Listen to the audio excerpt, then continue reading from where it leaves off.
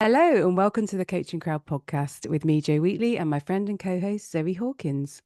Hi, everybody. We're here for another episode in our ICF Coaching Competency series. And today we're talking about facilitates client growth. Now, we've done a podcast on this before, but we didn't take you through the ICF markers. So that's what we're going to do today, and just breaking down the different steps of facilitates client growth and the expectations of how you meet these when you're coaching. So, where do you want to begin, Jo? I think with the phrasing of facilitates client growth. So again, to underline, this isn't you're not responsible for the client's growth. That is the client. The client does the work, but you're responsible for creating the environment for them to be able to notice their growth. And that really leans into the first indicator, which is talking about progress. So the coach invites or allows the client to explore progress toward what the client wanted to accomplish in the session. And this isn't done only at the end of the session. It's recommended that you do this at certain points throughout the conversation. Yeah, I think that's what I like about this particular competency is it recognizes that checking in with your client about their progress and checking in with, how they're doing isn't a one-time event. So I think what we see in supervision of coaches is there's a lot of questions around how do I know if I'm being of value and being of service to my client? How do I know my client is getting, you know, value and use from the sessions? And what we explore is around, well, how frequently are you checking in with your clients, because that is an important part of coaching. It's that co-creation of that coaching conversation in that space. Like your client gets to make decisions around where they go. So if you're ever in that space where you're like, gosh, is my client actually getting anything from this? That's possibly a sign that you aren't leaning into this competency and using your client to help guide the session so that they're getting the value out of it. So I think questions like, what are you learning so far? What are you learning about yourself, and what are you learning about your situation? And actually we'll come to markers around those.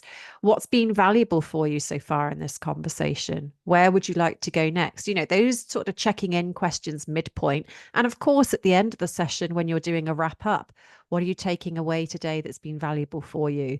Those sorts of things. They're not for you only, they are also for the client, because it's important that the client gets to recognize the progress that they're making.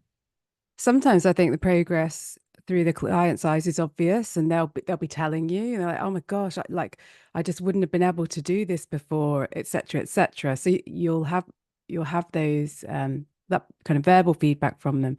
Sometimes clients they don't notice the progress, or maybe it doesn't fit with their model of the world for them to make progress or for them to talk about it or acknowledge it. And so that's where these questions are really important. And it could be questions like, what are the early indicators that you're making progress with this? And they Yeah. could be little things. They don't have to be big things. And progress isn't always linear, as we know. Sometimes progress is, oh, I've realized actually there's some other things I need to do before I can actually make progress with this other goal.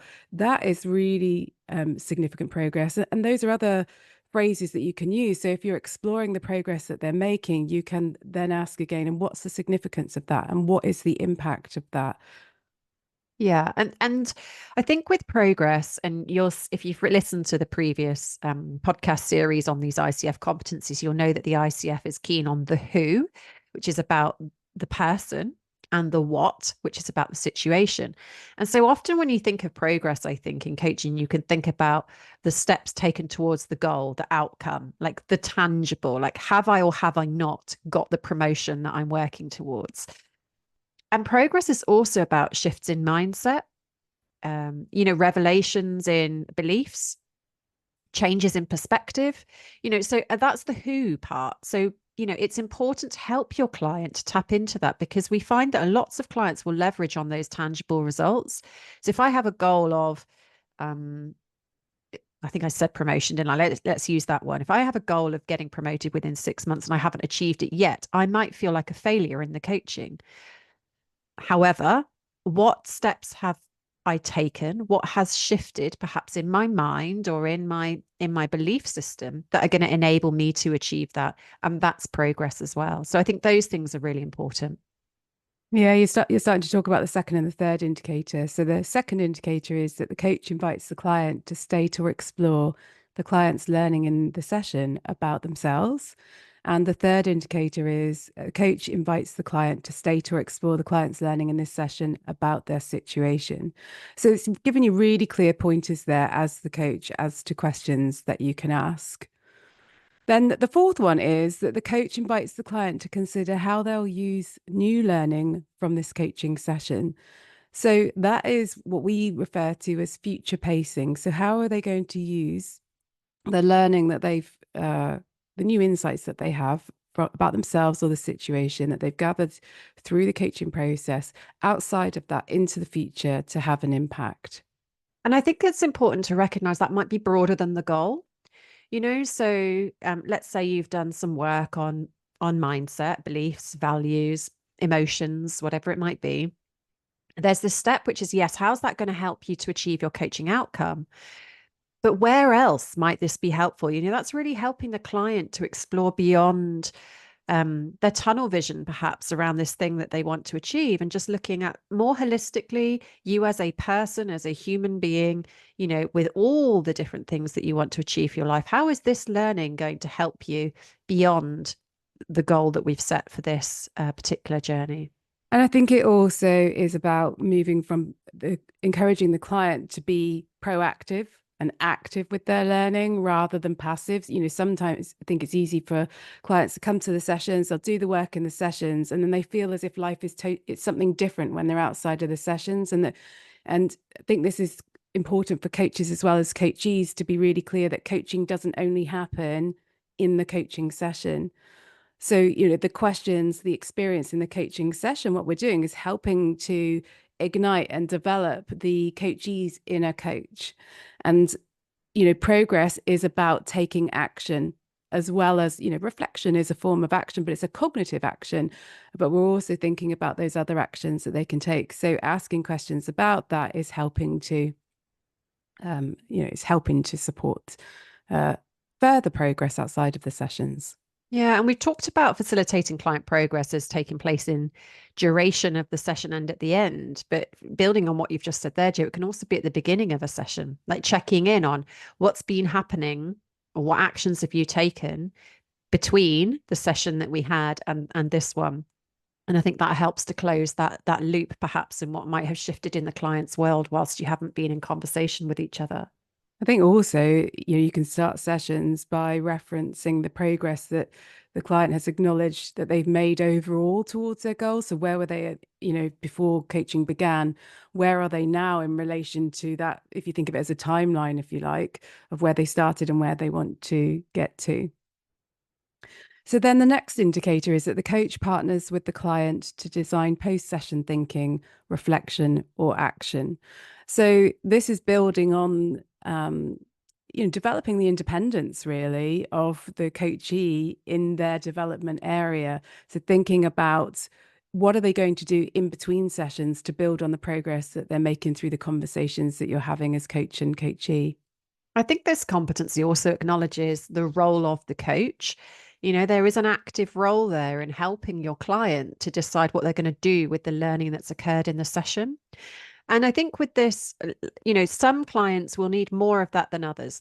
So I think there's a contracting piece that takes place here around, you know, how much support, help do they need to be able to define those actions? And I think what I mean by that is like the depth of which you ask questions. So I know with many of the clients that I've worked with, if I'm asking questions around when are you going to do that? What support do you need in order to make sure you do that? How might you self-sabotage?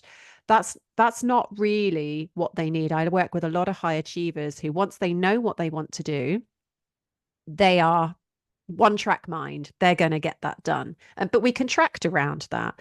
And yet there are other clients who may find that they get easily distracted, or they're multi-passionate and they have lots of different things going on, who might need that level of support from the coach to be able to help them pin down that, do you know what, I'm going to do that on Saturday at 3 o'clock in the afternoon when the house is quiet and I've got some thinking time. There are different paths that you can do to help support clients in this action piece. So, contracting around that and making sure that you and the client are clear, I think that's an important part of coaching. Yeah, simple questions like, how will you build on our conversation today in between the sessions? So, really what you're doing is always thinking about and noticing the client's language, and we're trying to ask questions that fit with our, client's model of the world in terms of helping them to reflect and build on that.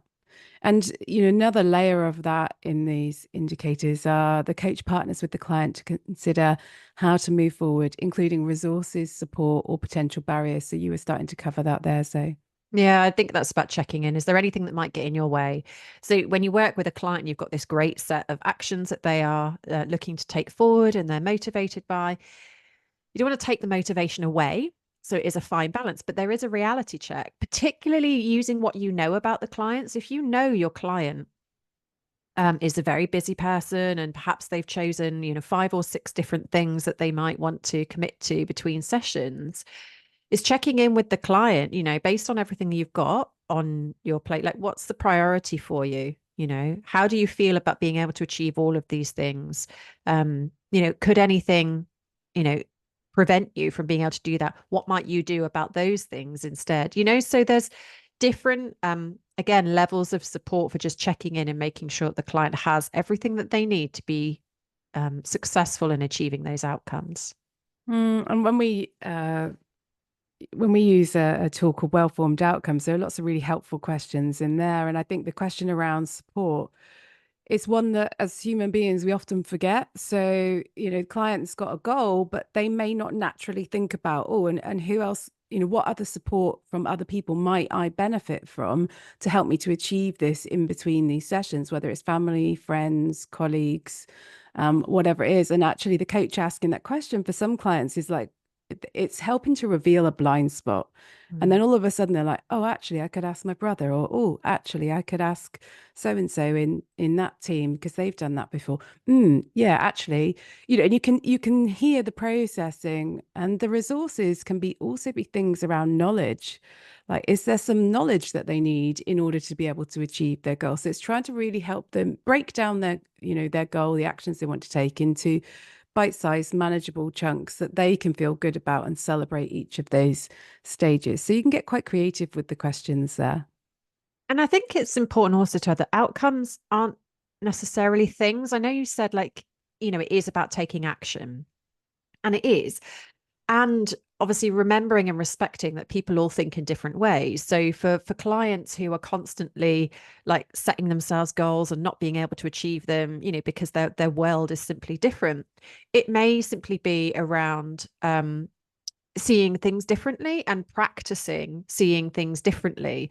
Or some coaches use affirmations, don't they? So it may be about somebody sort of like embedding and really practicing a new mindset, or asking for help from somebody to help them achieve something. Actions aren't necessarily I am going to do this by then. And I think it's important to recognize that, because otherwise shame can come into the coaching space, where you may have a client who's in coaching because they are overwhelmed and they're unable to achieve all the things that they do. And then if you're focusing on coaching and giving somebody, not giving somebody, but facilitating somebody to do more things, that's maybe not necessarily the path that they need to take. So that contracting at the start around what outcomes need to look like and feel like is an important part of being able to facilitate this client growth, because your client needs to feel that the growth they're making is the growth that they want to make. And I know that sounds very simple, but I do think that that's useful to focus in on. I think it's keeping that balance and awareness around like the push and the pull. Like, are you pushing the client through the questions that you're asking, or is the client wanting to bring you to go with them on that journey? So, that phrase of, meeting your client where your client is at, that's an example of this here. And for you in your own reflections as a coach, like, do I want more for my client than my client wants for themselves? And if that is the case, maybe that's something to take to explore in supervision. Yeah, yeah. And there's a build on this one again, isn't there? Because the next indicator is the coach partners with the client to design the best methods of accountability for themselves. And I think we've kind of covered that in terms of support, but notice how it's accountability for themselves. and not you as the coach being the person who holds them to account. Now, a lot of that is style. Like, it's not wrong to be a coach who holds the client to account, but you are holding an element of responsibility there for your client's growth. So it's really about helping the client to think, what do they need, or what might they need to be able to give themselves the greatest chance of success. And again, not every client's going to need this. I reflect, like, if I'd asked some of my clients, like, so how are you going to hold yourself to account? I think they'd look at me and they'd be like, I really don't have a problem with that. Once I've committed, I'm going to do it. Whereas other clients would have a whole session purely on self accountability. So again, that's a judgment call. I think that this it's also important to remember that each of these indicators can be satisfied with one question. As you said, so yes, with some clients, accountability is a whole area that is worth unpacking. And equally, the other end of the scale, like, yes, some clients would really have a strong reaction to that because they feel like that's not in keeping with the nature of the conversation that we're having. But this can be ticked off with simply like, once the client has identified a goal, they're motivated, they don't see any way in which they're going to sabotage themselves. Like, the energy for it is there, they can see that clear path, and then you can simply ask, and how will you hold yourself accountable for that? And the client might just say, I'm going to put it in my diary and that will ensure that I do it. Or I'm going to tell this person and, that will ensure that I do it. And that may be their strategy. And all we're doing is giving an opportunity to bring that, buried in their mind and bring that strategy to the forefront. And so, for many people, it's that if they say something out loud, it means that they're more likely to do it. So some clients will say, well, just by talking about it here, like, I am now going to do that. So, it's writing it down for some people is important, saying it, discussing it with others and so on. Yeah. So, yeah, if you go through the process of the performance evaluation, then the person that's reviewing it has to record when they have seen the evidence of each of these things. And as we said before, you don't need to evidence all of them. And you can see, I'm sure, here, as we're discussing facilitates client growth, there is a lot of overlap between these indicators. So don't get too concerned and think, oh my gosh, and in this section, there are 9 indicators or 9 markers. How on earth am I going to do that right, through the session? Just review how the types of questions that you often ask and look at where would they provide evidence against these markers. And then we get into the bit which is the coach celebrates the client's progress and learning.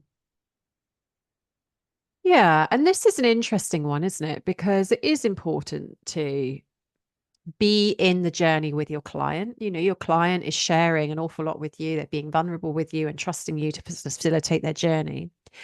And at the same time, you need the client to recognize their progress, not you doing it for them. So this is really about co-celebration. So your client might come and say, oh, I'm so happy. Like, I know we've been talking about this for a couple of sessions. I finally managed to do it. That's a really great opportunity to be able to say, that's amazing. Like, I can see how much that meant to you. I can see how much effort you've put into that. You know, well done, good for you type thing. Not for you to come in and say, well done, like in the first instance, because that can sort of shift the dynamic, particularly if the client doesn't see it. So it's a fine balance, this one. I always find that whole celebrating with your client and providing recognition a really interesting balance, because obviously in everyday relationships you would be the cheerleader, wouldn't you? If it's your best friend, you'd be like, wow, you're incredible, you're amazing, well done. But with a client, it's really about, yes, celebrating with them, but helping them to lead in that celebration and reminding them to celebrate through the questions that you ask. So if they come back and they say, oh, I finally managed to do that thing that we've been talking about, that that sounds like excellent progress. Like, how are you going to celebrate? It can be a helpful kind of nudge to your client to help them to think about these different perspectives.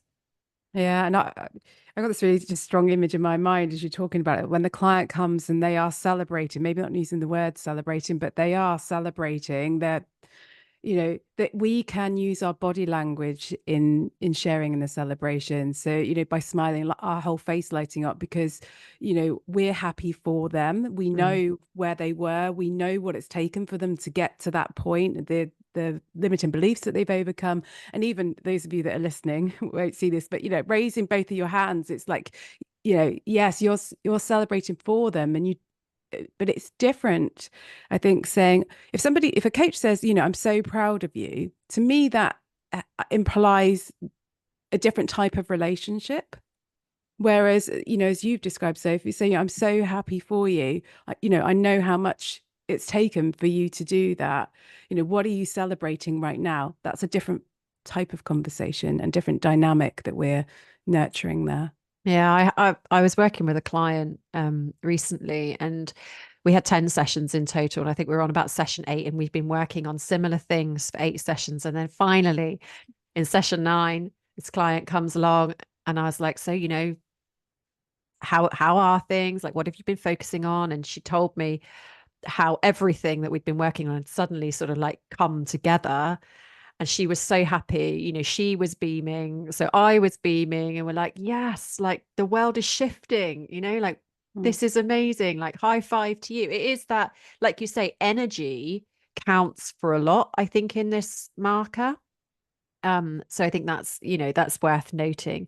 I And then the think last, sorry, yeah, Yeah, carry on. sorry, on that one as well, I'm thinking about anchoring. Mm, So when the client is, as you say, in that energy and that there's that energy in the session, if we think based on the conversations we've had before that it is, like how can the client use this moment or use these feelings in order to resource them moving forwards? And you could ask that question and they could answer it, or they might be like, oh, I've never thought about that. Can I do that?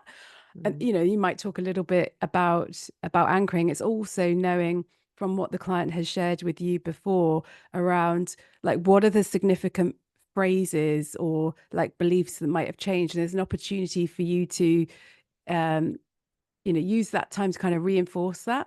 Well, And we also used a learning moment, so after the celebration, it's like, so what do you think were the key things that enabled you to get that result? So you kind of almost come back into that facilitating client growth. And our last one is how do you want to complete this session? So coach partners with the client on how they want to complete the session. I really like this because it, for a long time, wasn't something I really thought about. The completion, I had my own sort of habits around completing, but I love the fact that you can hand that over to the client. Right? How would you like to complete our session today? Is a simple question you can ask there. yeah, I'm the opposite. I always think about like the completion, but what I like about the word completion is I think this is really important for the relationship between the coach and the client. And for the coach as well, we talk about like the hangovers that you might have after a session where, the coach might spend time thinking or debating stuff afterwards. But actually, it's acknowledging to the coach and the client that this session, this bubble that we're in, is coming to an end, and how can we do this well? And it's about modeling what happens outside of a coaching session in life, beginnings and endings. We're in a constant cycle of those, and the transitions between. So using these phrases help to mark that transition, and also it helps the client to engage in, yeah, how do I want to do this? And that is sometimes what they're like, oh, I don't know, like how can we do this? What do you normally do to end a session? And it may be that they find endings in life difficult, when they're having other conversations, perhaps they find it difficult to bring those to a close or to transition. And so I think can also help to identify broader themes that might be relevant to the client's goal. Mm. So, if this particular conversation today has inspired you to start to train as a coach or to come and join some CPD training, for those of you thinking of training to be a coach and starting your journey, come and do our quiz at mycoachingcourse.com, which is going to help you to understand which coaching course is right for you. And if you're already a coach, but you're really interested in deepening your expertise in coaching and helping you to work more deeply with clients that come and check out our CPD programs. We have a Foundations of Group and Team coaching program and also our Emotions Coaching Practitioner program. You can find both of those on our website, igcompany.co.uk.